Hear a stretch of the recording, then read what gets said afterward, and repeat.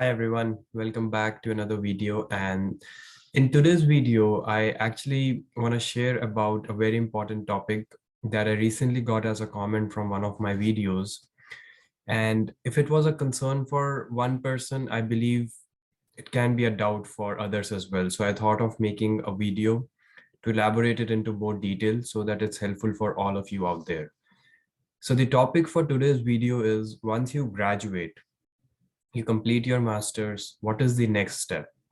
Like during that phase where you complete your studies and before you land a job, there is a very specific process that you have to go through being an international student, which I really want to touch base in this video in great detail, because it took a lot of time for me to understand all of that.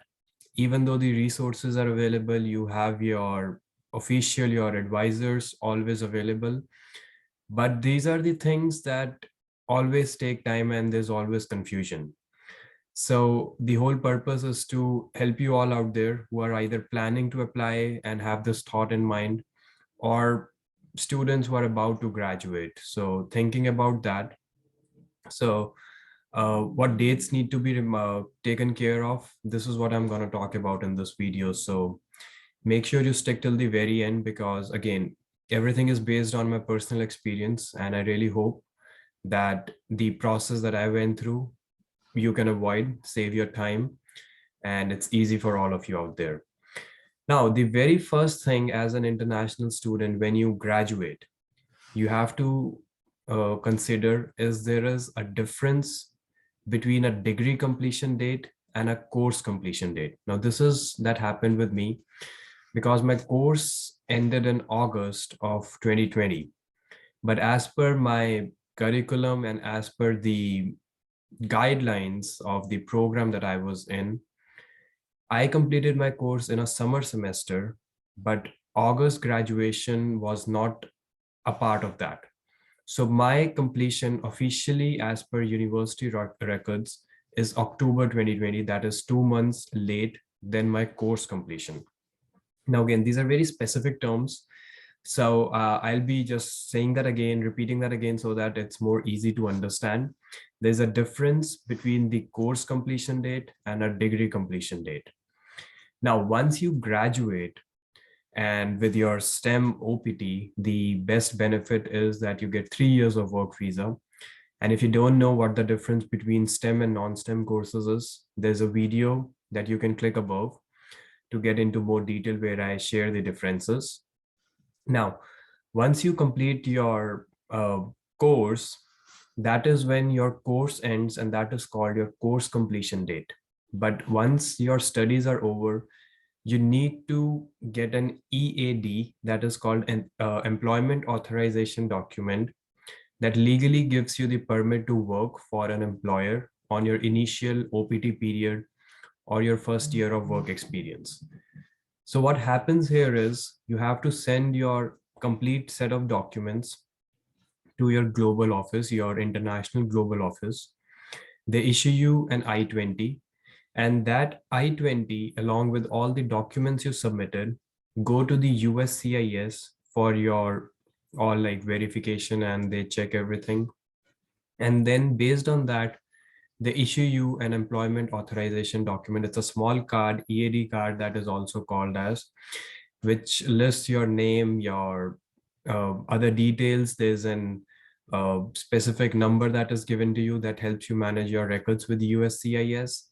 And there's a specific date that is mentioned that this card is valid from that particular date to the end date, on which like officially you can work for the employer, and that is your legal permit. Now that's the end process, and after receiving your EAD, obviously you can start your job.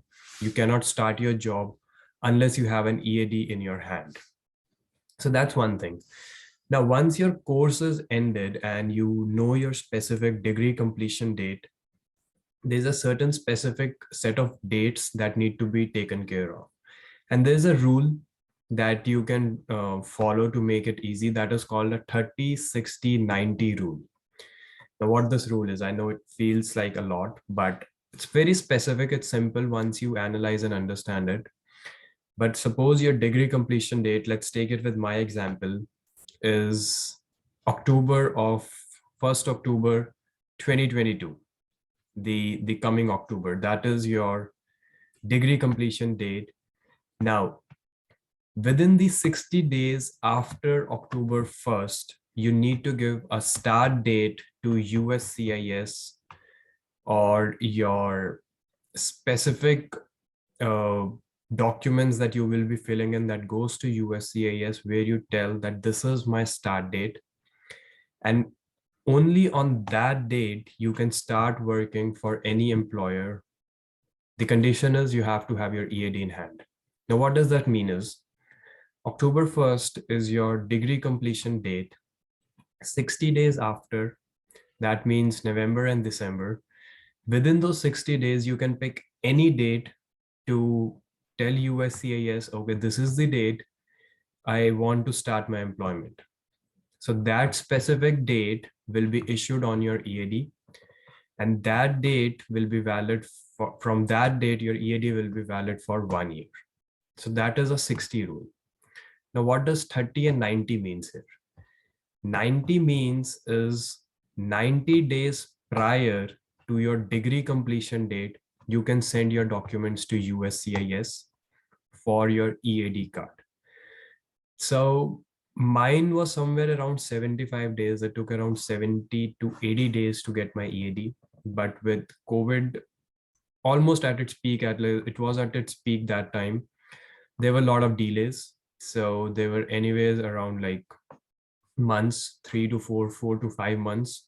Some of my friends, it took them like 5 months to get their EAD. But again, the condition is you cannot send your documents 90 days prior. It has to be within that 90-day range. But the best thing is you can do is to get everything ready.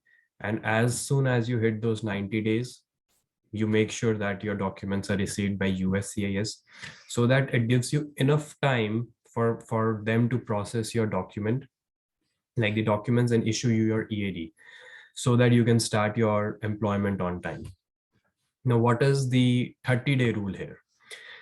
So as you complete your documents that are listed, what needs to be formed, there are certain specific forms, that is I-765, G-1145, and you will find all these details on your web portal, where you will have all the details as to how to apply for OPT. Everything is listed, how to fill them. There's a very specific format that you follow. So that is all good. You can relate and just follow the forms. The 30-day rule here is that once you complete all your documents, you send it to your university or your global portal for approval.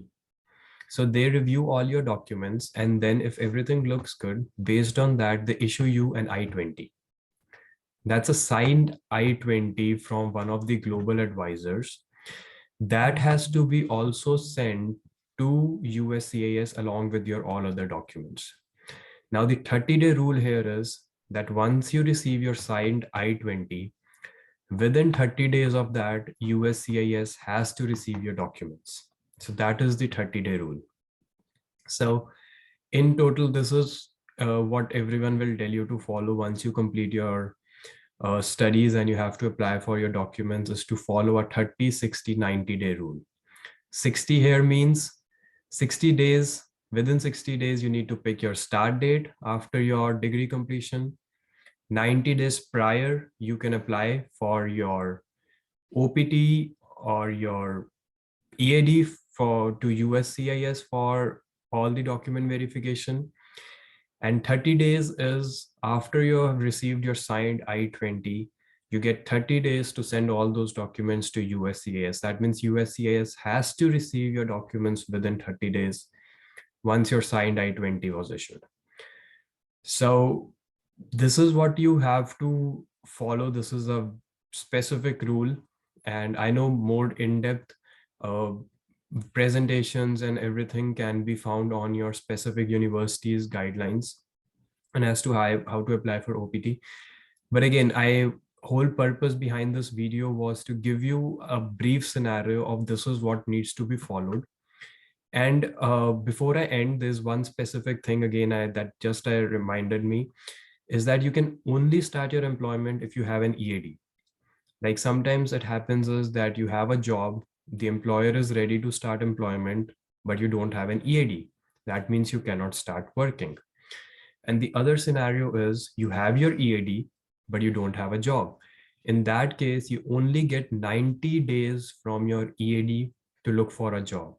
And those 90 days count as your unemployment days. So make sure while your EAD is being processed, your documents are being processed by USCIS, go all in to get a job. So finding a job has to become a job. So that's really, really important because there's certain conditions that need to be fulfilled, and that has to be taken care of as you start employment.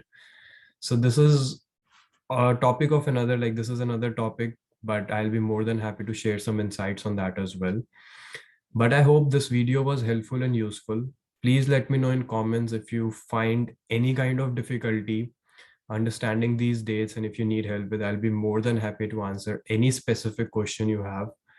And I really hope everything goes well for all of you who are applying or are in the process of either graduating or are looking to enter a STEM course but don't know what will happen afterwards. So this is a basic step that needs to be followed. That is very, very important. So with this, that was all for this video. I'll catch you all in another video, but do let me know in comments if you have any specific question in mind. And good luck with all those who are either planning or are about to graduate. So thank you so much for watching, and I'll catch you all in the next video.